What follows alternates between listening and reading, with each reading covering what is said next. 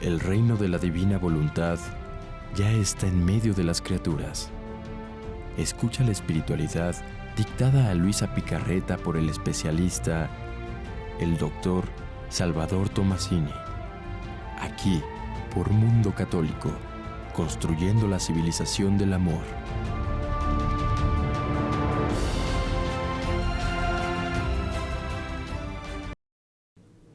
Siempre y cuando estemos dispuestos a amar más este don que a nuestra propia vida, que estemos dispuestos incluso a perder nuestra vida, claro, con tal de adquirir este don. Y eso de perder nuestra vida no quiere decir morir en el sentido físico. Que podría ser. Podría ser, pero no se refiere a eso.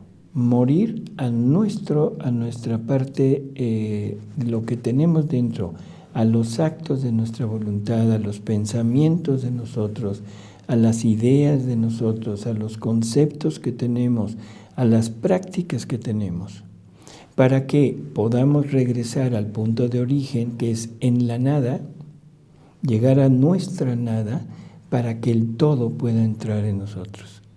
Y ahora sí, hacer esa unión tan fabulosa, como que Jesús dice, Dios es latido, su voluntad es latido, pero no tiene un corazón, lo creo en ti. Dios es respiro, pero no tiene un cuerpo, un pulmón, pero los creo en ti. Dios es paso, pero no tiene pies, los creo en ti. Y así por el estilo. Sí. Dios es acto.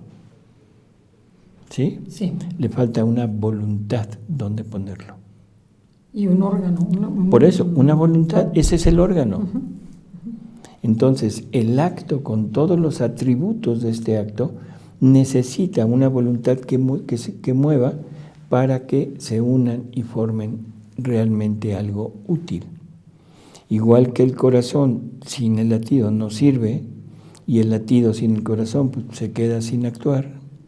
La voluntad divina, con todos los atributos de ella, si no tiene una voluntad humana en la cual ponerse y derramarse totalmente para poder actuar entre las dos, prácticamente se hubiera quedado sin sus, ¿cómo diríamos? Su pueblo. Un reino sin pueblo, un reino sin reyes, porque hay que recordar que Jesús es Rey de Reyes. ¿Sí se entiende? Sí, sí, claro. Entonces, ¿cómo nos lo van a dar? Así. Pero para eso necesitamos la disposición de quitarnos todo lo nuestro. Mientras no lleguemos a ese punto de quitarnos todo lo nuestro, ese reino es utópico. Le quiero hacer una pregunta. En el caso del reino de la divina voluntad en la Virgen, ella se desplaza, va, viene, regresa, como cualquier ser humano. Pero en el caso de Luisa está en un estado extraño. ¿Por qué extraño? Bueno, extraño porque está como medio inmóvil, ¿no? Uh-huh. Entonces, ¿por qué necesitaba? Mi pregunta es a lo mejor muy obvia, pero ¿por qué necesitaba Jesús hacer este paso y dejar prácticamente inmóvil a la receptora, que es Luisa? Bueno, yo le quitaría la palabra inmóvil, o sea, la quiere para él solo, nada más. Quiere una criatura que esté voluntariamente entregada a él en totalidad para poder hacer de ella lo que él quiera, ¿sí? Pero voluntariamente. Sí. Entonces necesita esa criatura para que esté atenta a todo lo que le diga, para que haga todo lo que Jesús le vaya indicando, que no haya ninguna cosa alrededor que la pueda distraer, perder su disturbar, atención. Todo. Y aparte es alma víctima, no se nos olvide eso. Sí. El victimado de Luisa es un victimado muy especial, porque el primer victimado que le piden es no salgas de tu cama. Y eso, aunque hay personas que dicen que eso no fue el victimado de Luisa, en los escritos Jesús se lo dice, que el hecho de haberla puesto en el sufrimiento continuo de estar en cama, sí, eso es terrible. O sea, es así que no nos preocupa lo que opinen de si eso claro, no es. Claro. Pero en esa cama, el estado habitual de Luisa, o sea, que es cuando Jesús sale, o sea, se la lleva, o sea, saca su espíritu y ella queda inmóvil, petrificada prácticamente. Ahí es cuando le ocasiona, no le ocasiona, sino le comunica los sufrimientos de él. Le comunica la crucifixión, los flagelos, la corona de espinas, todo. O sea, que es, y aparte de ese victimado, diríamos, físico, que Luisa obtiene los estigmas, pero invisibles, o sea, Luisa le pide que no se vean. Entonces Jesús accede y las personas que la conocían y que la cuidaban decían que a trasluz se veían los orificios, por ejemplo, en las manos. Wow. O sea, a trasluz, ¿no? En fin. Y tenían los sufrimientos equivalentes. El sufrimiento era idéntico. Físico y espiritual. Físico y espiritual. Bueno, era espiritual. Bueno. Aunque ella dice que cuando regresaba a su cuerpo, le dolía el cuerpo. Ay, qué interesante. O sea, era como parte, si le hubiera pasado. Como si le hubiera pasado realmente en el cuerpo. ¿Sí? Bueno. Entonces, el victimado de ella es el victimado de ella es el principal, es su voluntad, nunca un acto de su voluntad. A partir de que ella conoce todo esto, obviamente. Hay un momento muy curioso, es casi al principio, donde Jesús le participa en varias ocasiones la crucifixión. Pero en una ocasión llega y llegan con la cruz, pero es una cruz que no alcanza, ella no alcanza, o sea, la cruz es muy chica y no pueden crucificarla completo. Entonces Jesús le dice, mira, esta cruz ya no va a ser esta en donde te vamos a clavar, esta me la voy a llevar al cielo como un trofeo, que es tu entrega como víctima humana, pero te voy a traer una cruz más grande, o sea, y esa cruz es la cruz de su voluntad en cada acto, y es un clavo por cada acto de la voluntad humana que no hace, y lo clavan para que sea la voluntad divina la que actúe, ¿sí? Así que es toda una vida completa de sufrimiento que tiene que ir pasando para igualarse totalmente a la vida de Jesús. Esa es la razón por la que la dejan así. Y son 64 años que está en cama. No, son palabras mayores. Es toda una vida. Es toda una vida. Toda la vida. Ahora sí, regresamos un poquito a la Virgen. La Virgen, al ser Inmaculada Concepción, al no tener el pecado original, no tiene distracción.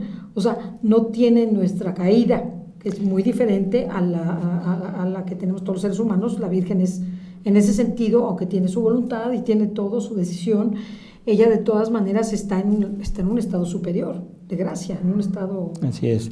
Recordemos que ella, la prueba que tuvo fue en la eternidad.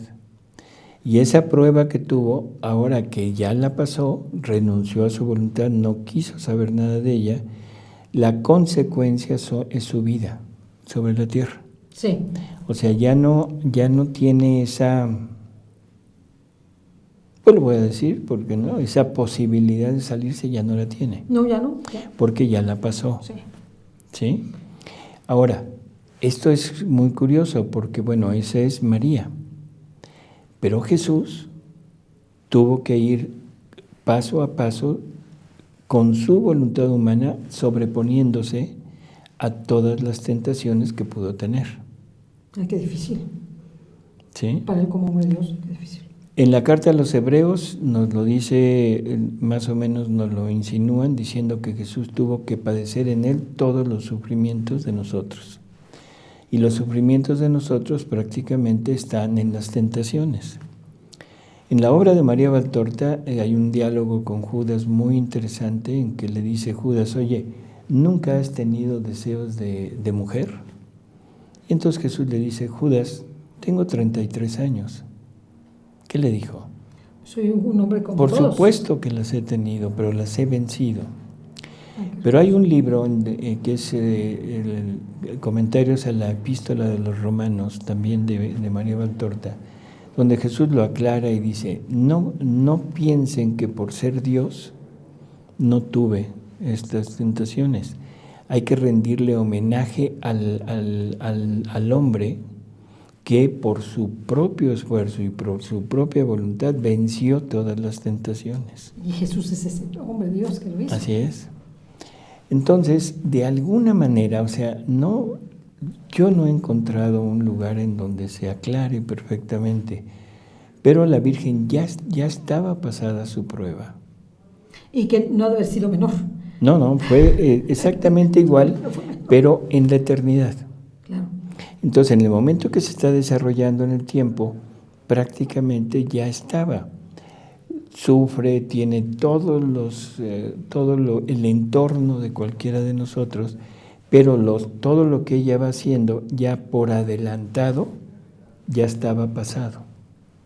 ¿Sí? Sí, está fuera del tiempo.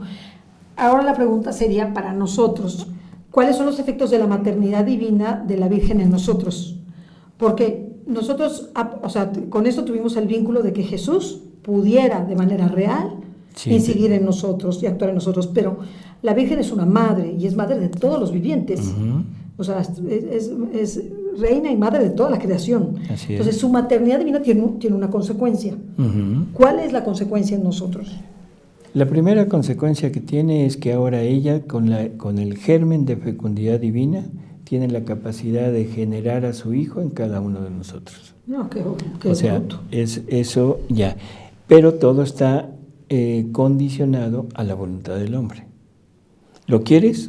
Ahí está. O sea, no es problema, ¿sí?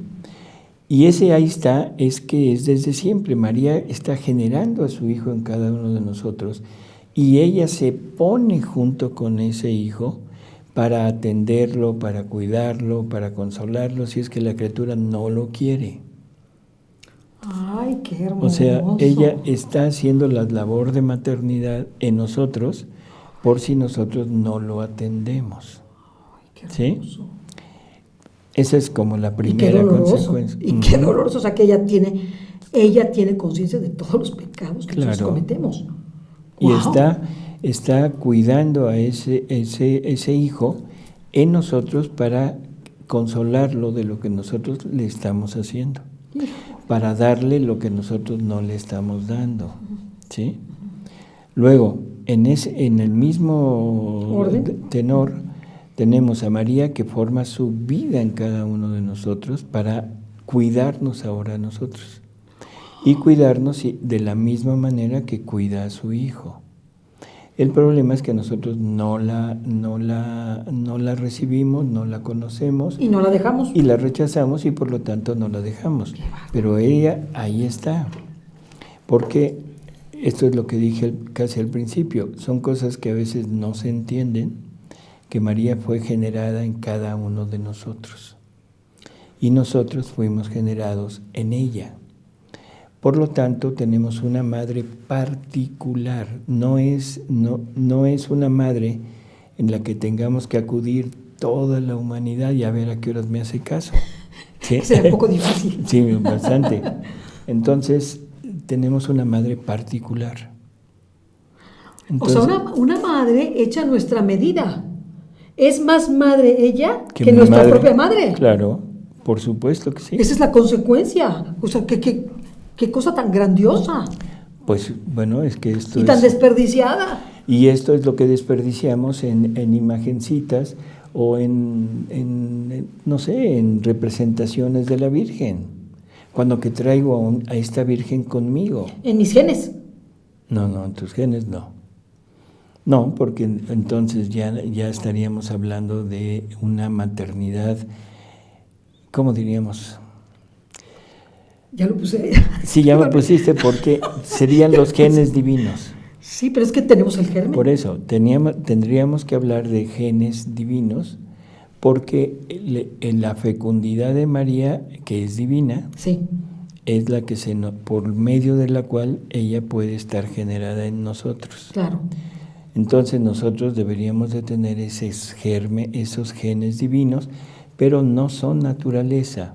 No son naturaleza. Las vamos a adquirir si llegamos a aceptar esta divina voluntad de nosotros. O sea que si nos vamos a parecer a la Virgen. Nos vamos a parecer ¿Y a Jesús? Sí, así que vamos a tener, es que es grandioso. Lo que nos ofrece Dios no tiene precedente. Por supuesto que no. Es que todo esto que parece tan complicado, hombre, están unas palabras tan sencillas. Hagamos al hombre a imagen y semejanza nuestra. Digo, ¿qué más queremos? Pero somos tan burros que no hemos profundizado lo que quiere decir imagen y semejanza nuestra.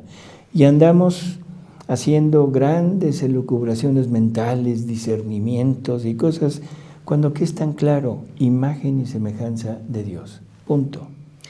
En su Hijo Jesucristo. En su Hijo Jesús, claro. Si María cuida a su Hijo, consuela a su Hijo en nosotros. Y nos cuida y nos consuela a nosotros. De manera particular, por esa razón, por su maternidad divina, entonces eso significa que nosotros adquirimos, si Dios nos regala ese don, ¿verdad? Adquirimos unas capacidades que son fuera de serie, o sea, ya dijimos que son divinas, pero estamos uniendo, por eso María es corredentora. Cuando nosotros decimos a Jesús por María, o sea, es textual. Es textual. Si María nos cuida, si María nos consuela, y consuela a su Hijo en nosotros de esa manera, a Jesús por María, la fórmula que la Iglesia de alguna forma ha incorporado en la consagración a la Virgen María, tiene ese germen, esa punta de gracia para que yo comprenda esta profundidad, nada más que yo no profundizo. Por eso nos quedamos en la parte de la mamá.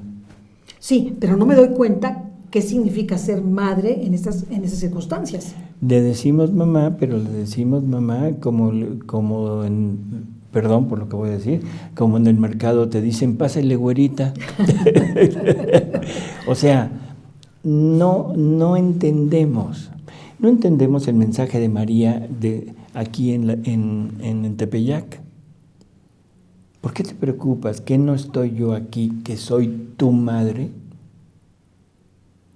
Soy tu madre y desde aquí te vengo a dar mi amor y desde aquí vengo a dar... Mi amor persona, dice, te doy mi amor persona. Y desde aquí vengo a darles a mi hijo, quiero dárselos desde aquí. Por eso es que la Virgen de Guadalupe está viva aquí. No es una imagen, no es la Virgen de la Paz, no es la Virgen de nada, no hay que confundir. Aquí no es un lugar de aparición. Y eso es un lugar de presencia, y eso lo han dicho incluso los videntes de Medjugorje. Dice, aquí me aparezco, pero allá estoy, allá es mi casa. Sí, yo allá vivo. Aparte de esta parte de que ella pone a su Hijo en nosotros, de que ella se pone en nosotros, forma su vida en nosotros, si es que la queremos, si es que queremos llevar a cabo todo este desarrollo de vida divina, nosotros estuvimos en el vientre de María. O sea, si Jesús nos toma, nos asume a todos. Y aquí hay que entender, no es que me asuma físicamente, asume mi vida, la vida que yo debería de haber vivido, que esa vida que yo debería de haber vivido está vivida desde toda la eternidad por el Verbo Eterno. No sé si esto se entiende. Sí, sí. Si esa vida está en Jesús y Jesús empieza a pagar por nosotros, por el rechazo que le dimos a esa vida, y si Jesús nos dice en la novena de Navidad que nos tiene que asumir a todos, y la Iglesia me dice que yo soy miembro del cuerpo místico de Jesús, y Jesús está en el vientre de María, entonces yo pregunto, ¿yo dónde estoy? En el vientre de María. En el vientre de María. Por eso tiene un Y María me nosotros. creció dentro de ella, me alimentó dentro de ella, me dio a luz junto con su Hijo Jesús. María me cuidó junto con su Hijo, porque su Hijo nunca me puso fuera de él. Impresionante. Le dice Jesús a Luisa que cuando su madre lo amamantaba, lo que él bebía en esa leche eran las almas. O sea, las almas de toda la humanidad, dice, mi madre las contiene en sí como madre, me las pasa junto con el alimento y junto con su amor para hacer que yo las ame. Estamos hablando de palabras mayores. Estamos hablando parece ciencia ficción porque estamos hablando de cosas raras. Sí. No raras, pero que están en otra dimensión. Estamos hablando de dimensión humana, natural, y estamos subiendo al plano sobrenatural. Así es. Entonces, maternidad divina. ¿Qué implica maternidad divina? Bueno, podríamos seguir hablando aquí de todos los efectos de esa maternidad divina, pero yo creo que con eso es suficiente decir, primero, tiene el germen de fecundidad divina, tiene la vida divina, tiene la voluntad divina, tiene a Jesús en su seno, gracias a todo aquello, tiene el privilegio de haber sido el medio de unión entre lo divino y lo humano. Sí. En el tiempo, no en la eternidad, en el tiempo es la primera. Jesús viene como consecuencia de eso. Jesús es el que nos tiende el puente. María le tiende el puente a Jesús y Jesús nos tiende el puente a nosotros. Entonces ahí queda perfecto lo que dices, a Jesús por María. Sí. Y a Dios por Jesús. Claro, o sea, claro. Pues que ese es el puente. Lo que pasa es que nosotros, pues es como enseñarnos a pasitos chiquitos, ¿no? Uh-huh. Ya con Luisa, pues ya son bocados grandes. Ya es comida sólida, ver ¿no? Así, uh-huh. Sí. Entonces, a mí lo que más lo que más me estremece es lo que dije hace rato, que ni siquiera te causó No es crítica. O sea, esto lo digo con toda intención, y la intención no es criticar, sino es lo que al mundo le parece. Sí, o sea, el hecho de que provenimos del mismo germen de ellos. O sea, es estremecedor. Me parece realmente inmenso el que el Espíritu Santo procede del mismo germen del Padre y del Hijo, y que por eso el Espíritu Santo es Dios igual que ellos. Me parece increíble que el Espíritu Santo pueda tener las obras de los dos, las reúna todas y ahora sea el Espíritu Santo el que comunique todo aquello. Me parece fabuloso. Pero ahora me bajo a la tierra y María, tomando el papel de padre por la fecundidad divina, el Hijo sigue siendo Hijo, y que de esa relación entre los dos lo que proceda sea yo. Perdón, pero eso a mí me estremece. Sí, es que es grandioso. Me estremece porque digo, es que soy igual que ellos, contengo lo que ellos contienen, tengo en mí todo lo que ellos tienen, de dones, de dotes, de todo. Ese soy yo. Eso es lo que yo debería de ser. Sí, claro. No es lo que soy, es lo que debería de ser. Simplemente por el germen de donde provengo. Perdón, pero eso me abruma. Y eso al mundo ni en cuenta. Porque no entiende nada y porque no entendemos nada, doctor, pero creo que conforme esto se vaya comprendiendo más, vamos a tener la posibilidad de maravillarnos de esta ciencia divina. Así es. Porque es ciencia divina. Y también me gustaría preguntarle algo para finalizar el programa, en esta maternidad divina por la acción del Espíritu Santo. El Espíritu Santo tiene un papel trascendental en todo esto. O sea, el Espíritu Santo le comunicó esto a la Virgen porque la cubrió con su sombra. Nosotros, al ser imagen y semejanza de Dios en este vínculo que ya nos explicó, tenemos también la acción del Espíritu Santo porque Jesús le dejó al Espíritu Santo en la formación de la iglesia diciendo, les conviene que yo me vaya para que venga el Paráclito. Uh-huh. Entonces, mi pregunta es, ¿dónde está, y porque es la única forma que lo sé hablar, el Espíritu Santo en esa acción? Es el que comunica. ¿Qué comunica lo que contiene? ¿Qué contiene vida divina? El Espíritu Santo, ¿Y es el que te da el don? El Espíritu Santo es el que encierra al Padre y al Hijo. La acción del Padre y la acción del Hijo. Okay. Los encierra. Y por eso es el amor. Porque es el amor cumplido, el amor, no sé, la palabra, completo. El amor pleno, el amor. Pleno, ¿sí? Perfecto. Entonces, el encargo de él es comunicar. Pero como el hombre no tiene la capacidad de recibir lo que contiene, porque lo que contiene es vida divina, y vida divina en plenitud. Entonces, lo que está comunicando hasta ahora han sido, pues no sé, o sea, dulcecitos, cositas. para atraer, que son los dones, gracias, todo eso que es lo que el Espíritu Santo está dando hasta ahora, no es el trabajo del Espíritu Santo. Bueno, es trabajo de Él, pero no era lo que Él quería. Entonces el Espíritu Santo, dice Jesús, el fiat voluntas tua, o sea, esta obra será donde el Espíritu Santo haga desahogo completo, desahogo completo de su obra. ¿Por qué? Porque nos va a comunicar la vida divina. En ese sentido, quien da el don, o sea, es Dios, ¿verdad? Ya dijimos, lo da Dios. Pero el Espíritu Santo es el que lo comunica. El que lo comunica, o sea, ahí es en donde se va a hacer pleno aquello. Y donde lo comunicó al principio es en María. Wow. Y eso quiere decir que la verdadera unción, porque hay gente que en la reunión del Espíritu Santo habla de la unción del Espíritu Santo. Esa persona tiene mucha unción. Uh-huh. O sea, canta y te conmueve el alma. Habla y te conmueve el alma. O sea, le dice, o cura, o tiene esos dones de sanación. Entonces, la gente lo califica con estas palabras. Tiene la unción del Espíritu Santo. Entonces, la unción del Espíritu Santo en realidad son la realización de actos divinos por parte de aquel que recibe esa unción. Voy a poner un ejemplo que no le va a gustar a nadie, pero pues ni modo. Bueno, póngalo, doctor. Imagínate que tú estás perdidamente enamorada de alguien. Ojalá y no. ¿Sí? Ojalá y no. Bueno, ¿ni de Jesús? De Jesús, sí. Ah, bueno. Perdidamente enamorada de alguien, pero vive lejos.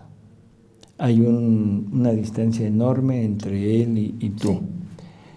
Sí. Y se comunican, pero no hay forma de poder tener contacto. Sí. Entonces, la persona a la que amas es un gran poeta y un gran cantante y un gran músico y te manda cartitas bellísimas. No, pero ya el momento que llega la cartita ya. Te manda una canción donde te habla de su amor, de todo lo que él anhela, ¿sí? Te hace composiciones musicales bellísimas donde te demuestra todo lo que él está sintiendo por ti. Esa es la unción del Espíritu Santo, pero no es el estar, el recibirlo. No, es como un paso previo, digamos. Entonces tú aquí editas esa canción y a todo mundo lo conmueve. Editas un libro de poesía y a todo mundo lo conmueve por lo bello que es, pero no estás comunicando a la persona. El Espíritu Santo ha estado dando continuamente esas señales, esos, avisos de amor infinito, pero no los recibimos. Interesantísimo. O sea, Él da esos mensajes, tú eres el receptor, sí tienes esa unción, efectivamente, pero eso es, digamos, el paso previo a lo que significa tener vida divina. Y tú lo vas a comunicar a los demás y los demás se van a estremecer. Claro. Los demás van a ansiar eso y van a decir, comunícame eso. Pero eso no es todo. Eso es nada más un chispazo. Así es. Entonces, ese gran Pentecostés, ese segundo Pentecostés que viene, es exactamente cuando el Espíritu Santo hará desahogo completo de todo lo que contiene. Y lo que contiene es vida divina. Y Él sí lo hizo en la Virgen, ese desahogo completo y perfecto. Uh-huh. Y ahora estamos nosotros. Y ahora lo hizo en Luisa. Ok, completo y perfecto. Porque en Luisa también triunfa y Luisa adquiere todo esto y entonces el Espíritu Santo desahoga en ella y ahora lo que quiere es repetirlo en cada uno de nosotros, pero te quiere vacía. Ese es el meollo y el escollo de todo. El escollo de todo es que te quiere vacía de todo. No te puedes quedar con nada porque entonces no entra. Sí, no puedes estar distraído en otras cosas que no sea eso, porque si se trata de cada acción, ahora entiendo mucho algunos sacerdotes de gran misticismo que hablaban precisamente de la unión del hombre y Dios y decían que debía ser en cada acto. O sea, y estamos hablando no solamente de los actos conscientes, sino de los incluso inconscientes. Inconscientes. Y eso son actos. Es dificilísimo. Tu vida incluye tanto lo consciente como con lo involuntario, que no tenemos conciencia de ello. Tu digestión, ni idea tenemos. Bueno, cuando algo me cae mal, sí. Te hace ruido. Sí, pero estás consciente de la respiración y la alimentación de la célula número 224 millones de tu dedo meñique. No, pues no, doctor. No. Solamente cuando te duele. Y esos son actos. ¿Y Jesús tenía esa conciencia? Por supuesto. Wow. Para hacer vida necesita estar consciente, no tanto consciente, sino estar siendo movida, producida, provocada, como le quieras llamar. Motivada, inducida. Por la voluntad divina. No, wow. Entonces la voluntad divina moviéndose en todo tú para estar llevando a cabo todos los actos tuyos a ese nivel de acto divino y que se pueda formar una vida divina. Si no es así, no puede formarse vida divina. Será una vida humana santa, santísima. Con gran virtud. Con todo lo que quieras, pero no será una vida divina. Y esto es lo que tenía la Virgen y esto es lo que nos comunica la Virgen. Y es el punto de unión, esto es la maternidad divina, es esa forma de comunicarnos todo esto, porque todo esto es gracias a su maternidad. Entonces realmente nosotros hemos bebido la leche de la Virgen, en un sentido, hemos estado en el vientre de María, uh-huh, en ese sentido. Uh-huh. Ella nos ha comunicado todo lo que nos ha querido comunicar. Y nosotros no lo hemos querido aceptar. Y no lo hemos vivido, por esta misma razón. Así es. Si pudiéramos regresar a ese momento y hacer un esfuerzo intelectual para regresar a ese momento. ¿A cuál momento? Al momento de nuestra propia concepción, podría, con conciencia, no estoy hablando de ninguna regresión ni nada raro, hermanos, simplemente imaginarnos que estamos en el vientre de nuestra propia madre, que de hecho hay muchas formas de vivir y de rehacer nuestra vida en el vientre materno, ¿sí? Sanando pues muchas veces lo que nos pasa en el vientre materno. ¿Podríamos reincorporar eso en nosotros? Sí y no. Sí, porque...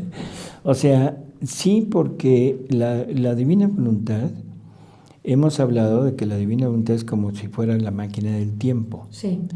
La divina voluntad vive, su hábitat es la eternidad. Y en la eternidad no hay pasado ni hay futuro. Solo presente. En la eternidad está todo lo que Dios ha hecho, está en acto. O sea, quiere decir que nunca ha cesado de hacerse. Pero junto con eso están todos nuestros actos. Todos nuestros actos pasan a formar parte de ese acto único de Dios, en el sentido de que ahí están los salvados, los ángeles, los condenados, los que están en el purgatorio, todos están ahí. Entonces, si yo tengo la divina voluntad en mí, yo tengo la capacidad de, con esa divina voluntad, situarme en el momento que yo quiera y revivir aquel momento. Ay, qué interesante y profundo. Por eso el hecho de decir, vamos a meditar sobre, no sé, un misterio del rosario, vamos a meditar sobre la Anunciación.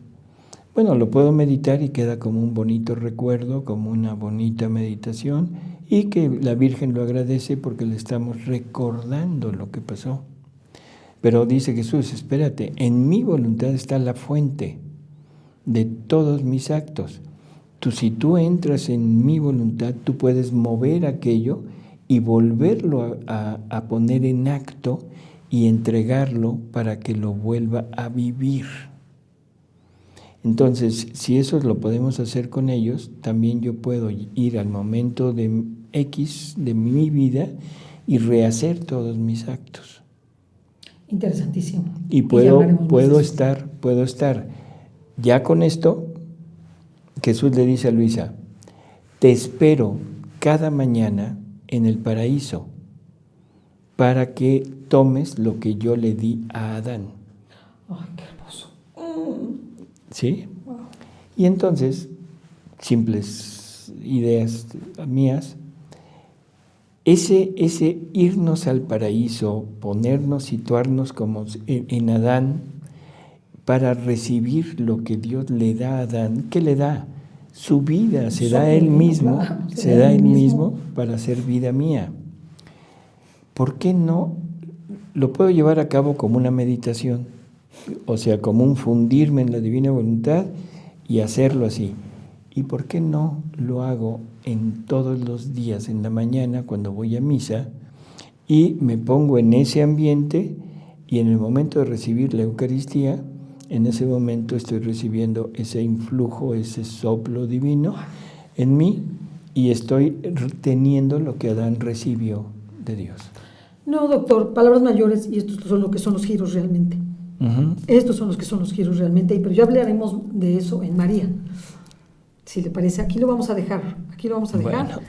Hay mucho que decir, mucho que hablar sobre ella y cuáles son esas implicaciones en nosotros como hijos de la Virgen, ¿verdad? Uh-huh. Muchas gracias, doctor. Estuvo bellísimo el programa. Muchas gracias. Hasta luego, amigos. Hasta la próxima. Y espero que algo hayan podido captar. Estuvo buenísimo, extraordinario. Gracias. No se lo pierdan porque tenemos cosas muy buenas. Hasta la próxima.